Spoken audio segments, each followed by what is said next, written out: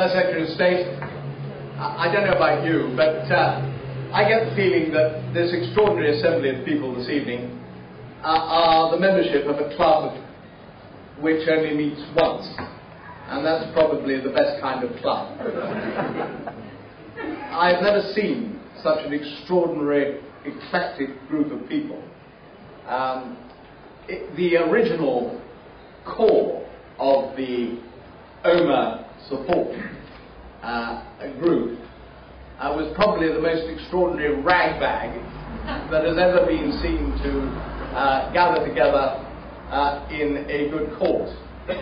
And if I may, I'd like to pay tribute to you, First Secretary of State, not the first one this evening to do so, but it is absolutely clear that we managed to raise £4 million. We were struggling, and we were saying to ourselves, we've marched the families in all their grief up to the top of the hill, and now we're going to have to march them down again. It's probably the worst thing we could have done. And that appeal to you saved us. So this evening would not have been possible without you, and I do want to pay tribute to what you did, for your courage. I'm not sure that I, as a minister, would have done it, but you did, and we will always be in your debt, not least myself, who's beginning to get a bit worried. Of course,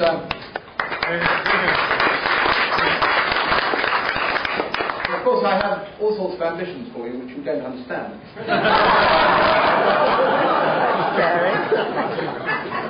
I've been watching your silken political skills with admiration over the last few weeks and months, but particularly over the last few weeks.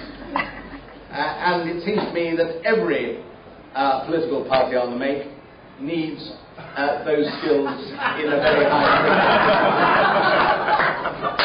We're actually trying to do this for the country. Precisely the point I was about to make. What a shame it would be for the country if we were deprived of those skills after the next election. I'm sure the leader of my great party, who sadly I am not in a position to advise, if I were, I would of course be able to advise him to make Ruth a hereditary peer, taking the Conservative whip. Sadly, those days of my supposed power are long gone. But I have to say that if you think there is a good dynastic reason for you failing to cross over to us,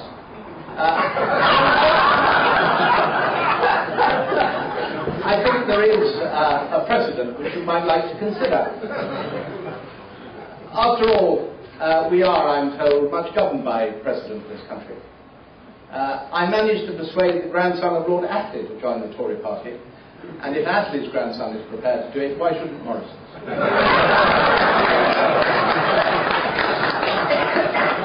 I leave it hanging in the air. I think that's just where I want it. I hope I haven't ruined your prospects at the Farm Conference. All this is off the record anyway. That's precisely why we ask the television cameras in. I won't go through a recital of all the other people to whom we owe an enormous debt of gratitude. But I must say I owe Jason McHugh one particular debt. He was probably the first celebrity junkie I ever met. And thanks to him, I'm now able to look my wife and children in the eye and say, I have actually heard of George Clooney. And also, taking First Secretary of State, your point about the good of the country, it's been a real pleasure to do our best to support him, who I always suspected voted for your party for reasons I don't understand, and of course Dan Brennan, who does take the Labour whip in the House of Lords and is a great ornament to that House, and never has more selflessness been displayed for such a long time. Dan, it's been an inspiration, really.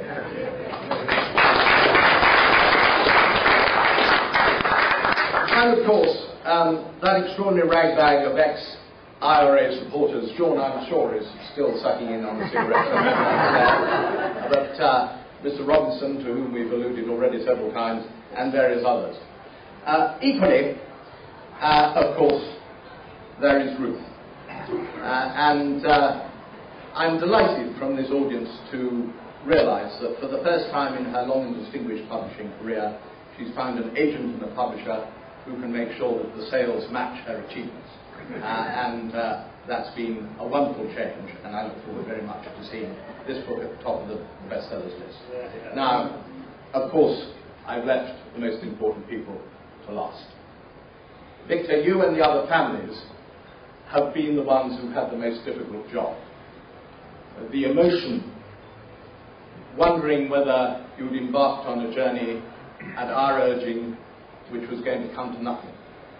I think your persistence, your extraordinary courage, has been something which has been a real example to us. And I must say that I, for one, am lost in admiration for you and for Michael and all the others who stuck with us. And I think, if I may say so, First Secretary of State, that the key point we ought to take away from this evening is the one that you made. Years and years ago, which shows how extraordinarily old I am, I found myself, for reasons far too interesting to go into, in South Vietnam in the 1960s. I think another part of Vietnam was at that time occupied and under the control of Lady Park. But one very delighted to see here this evening. I remember there was a phrase current then and which became notorious, certainly when I used to live in San Francisco, which the American military unfortunately had hung round its neck, which was, we have to destroy the village in order to save it.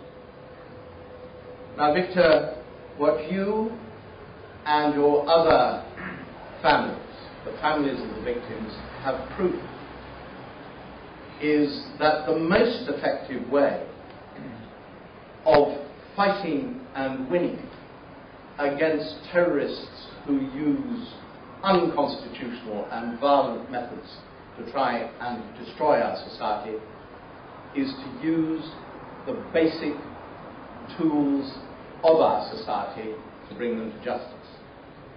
So we are not destroying the village in order to save it. We are reinforcing the village in order that it may save itself. And I fear that there's been far too much cowardice among those who have run this country when facing terrorism, and it's taken people like you and Michael, Victor, to remind them of what their duty is. And I am extraordinarily proud to be associated with that act of courage, and I hope that this will be a precedent for other actions to come.